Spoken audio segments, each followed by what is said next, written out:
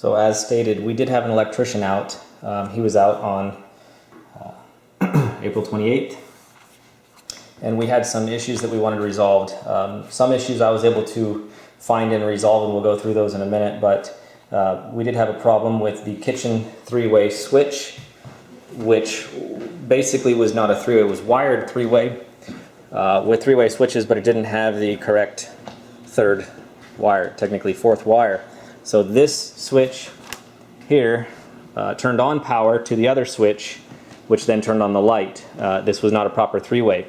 When he was in here, he found that the wiring to these new lights, which were recently installed by the seller's contractor, the power and neutral were reversed. So black is supposed to be power, white neutral. It was actually reversed in these. He had to rewire them. At that time, while searching, he checked on this receptacle as well, and this was a ceiling fan. I had a problem with this ceiling fan when I walked in the first day of ownership. I turned on the switch over here, which we had removed, and that turned on both the light, but the fan did not turn on. I came over here and pulled the cord to turn on the fan, and it came right out. It was broken, and the cord was just shoved in it to make it look like it was functional. The fan had been removed. He said that when the electrician was in here, excuse me, let me go back here. He said that this box here was not actually braced properly to hold any weight. It's not connected to a 2x4. It's not nailed into anything, and it cannot hold the weight of a fan. So we cannot put a fan there. There was another fan installed in one of the upstairs rooms, my boys' room, and I removed that cover and found wiring issues again, loose wires.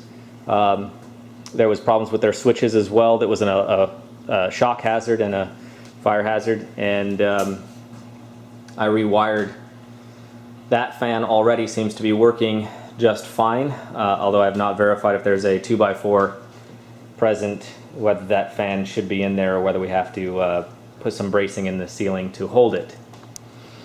Other issues, we did have bad GFIs that the electrician replaced with proper ones.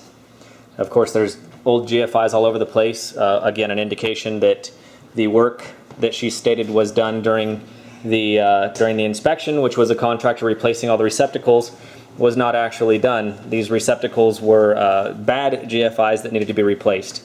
Not old, but completely bad, non-functional.